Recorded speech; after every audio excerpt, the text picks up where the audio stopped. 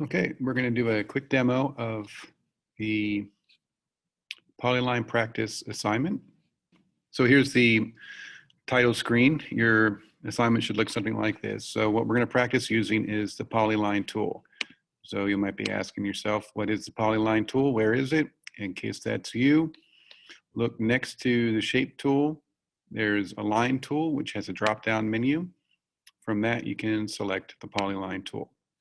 And the Polyline tool is simply a shape creating tool. You click on point to point and it'll draw a line between those points. And then when you go back to your original starting point, it'll complete that shape. You can change the fill and you can change the color of the border. You can change the thickness of the border, and even whether or not it's a straight line or not. Okay, so that's the Polyline tool. So the first thing we're going to do is we're going to use the Polyline tool to take this illustration and create shapes that mimic this illustration along with the color. So I pick my Polyline tool. Don't worry about the color at first. Make the shape and then change the color. That will be easier. And all I need to do is click on these points. And I can hit this paint bucket, and it was yellow, so I'm going to make it yellow. Select my Polyline tool again. Blue. Okay, all in all, pretty darn easy and straightforward.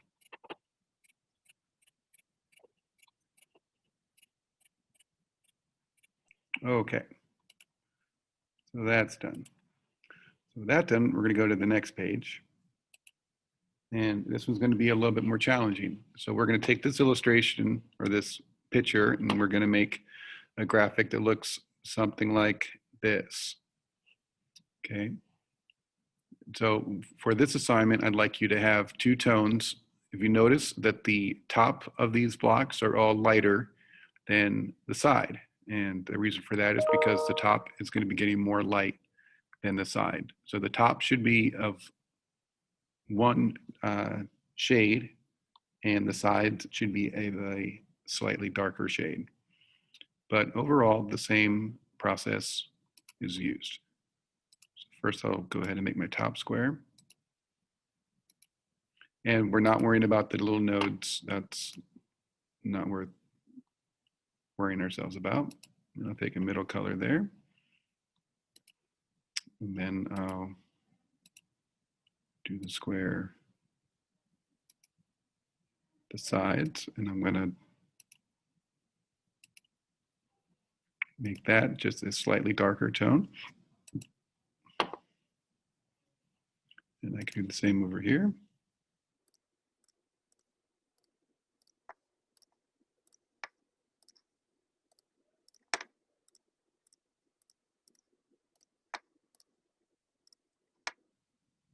All right, now I'm running across a little bit of a problem, right? So what's my problem? Well, this block is underneath this one. So if I start drawing it, do I go around and click this shape?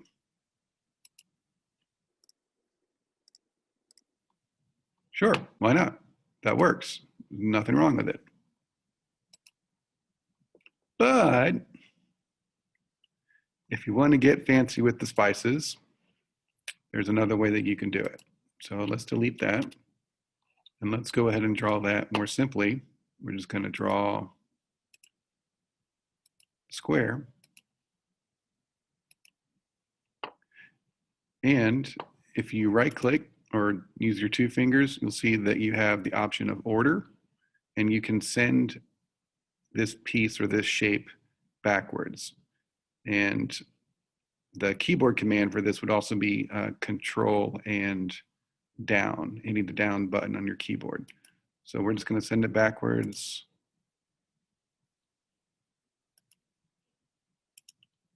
Let's keep sending it backwards. There we go. Now it appears to be underneath that other shape. change that color light blue.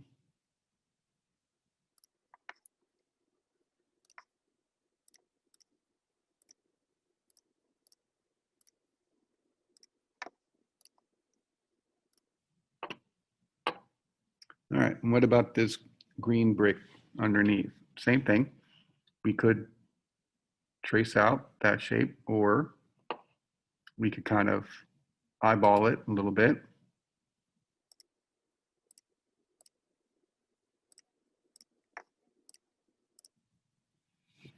And I'm just going to use the keyboard commands.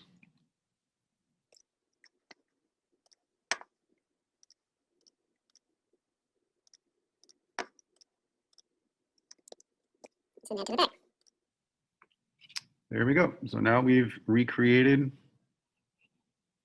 these three-dimensional shapes using the Polyline tool. All right. So for this page, we're going to make a profile of Martin Luther King. And we can do this with the Polyline tool or without. What I do recommend is that you zoom in. So you can click on this zoom icon and drag a square. That's going to help you get a better view. And you can also move this around using that tool if you need to focus more. And I might even zoom in just a little bit more.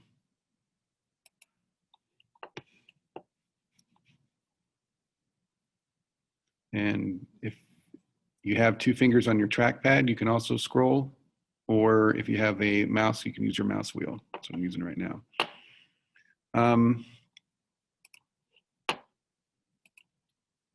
So the one thing to just be aware of is you don't want to click too close to anywhere else you clicked before, because what will happen sometimes is it'll kind of reset on you, and that is a little bit frustrating. But the fact of the matter is it's going to happen to you at some point.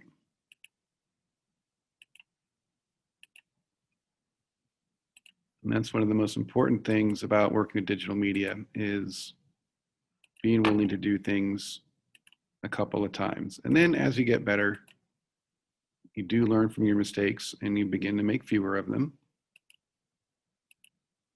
But you'll never be 100% free from mistakes.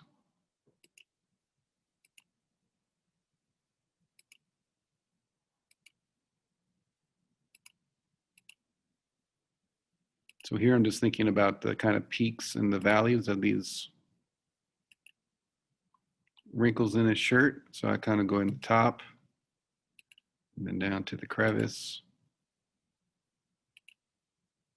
And this doesn't have to be perfect. It just has to give some idea that it's an irregular shape.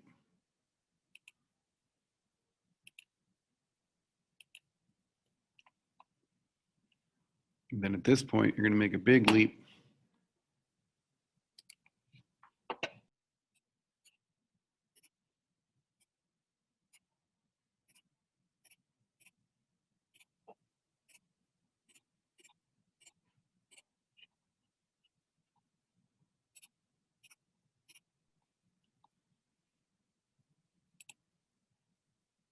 And then just make sure you land right on that last point, and it should close your shape for you. So I'm going to zoom out by doing Command Alternate minus.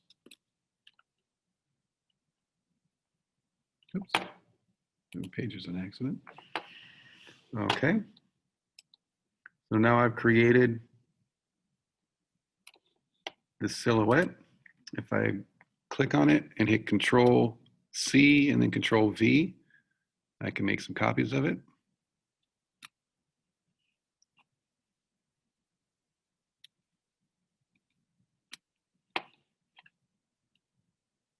And I can play with how I want these arranged. So I might actually move this forward.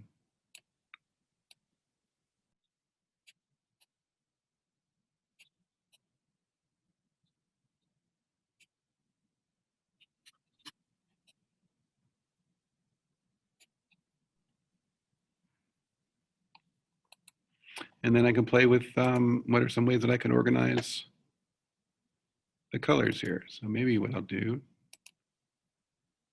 I'll start with,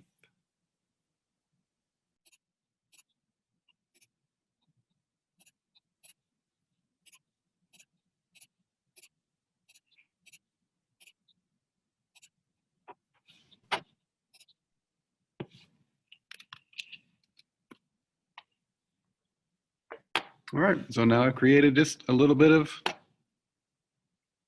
artwork there. Kind of fun. And your last page, and try tracing a whole human figure. And we're not going to get too detailed. All you need to do is just do an outline. So we're not going to worry about getting the skin color different or anything like that. We're just going to do a simple outline. And again, make sure that you're zooming in using this tool here, and it'll give you whatever this shortcut is. So I think it'll be Control, Alternate, and plus if you're on your Chromebooks.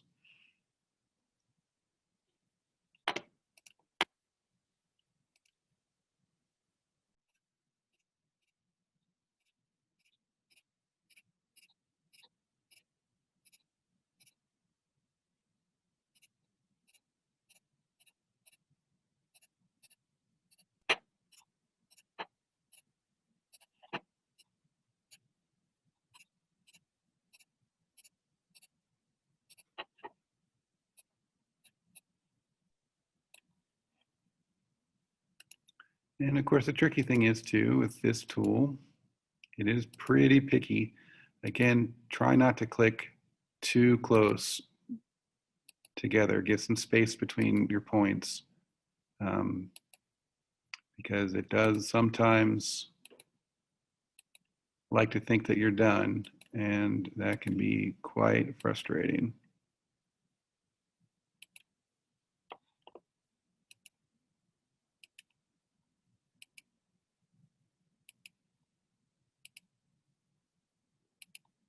But that's the other reason why I'm zoomed in, is so that the computer doesn't get too helpful and think that I want to close a shape when I'm not ready to yet.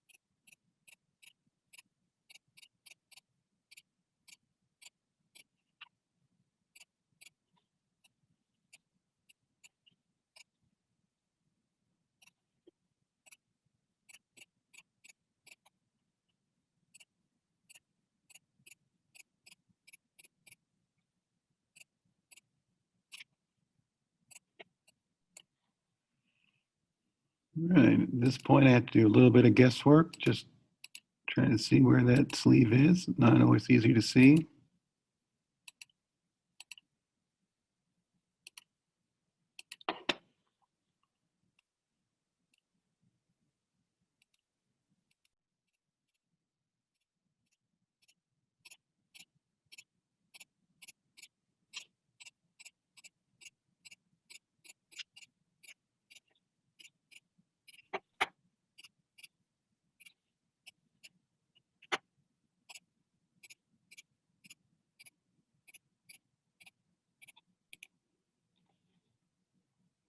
Ta-da.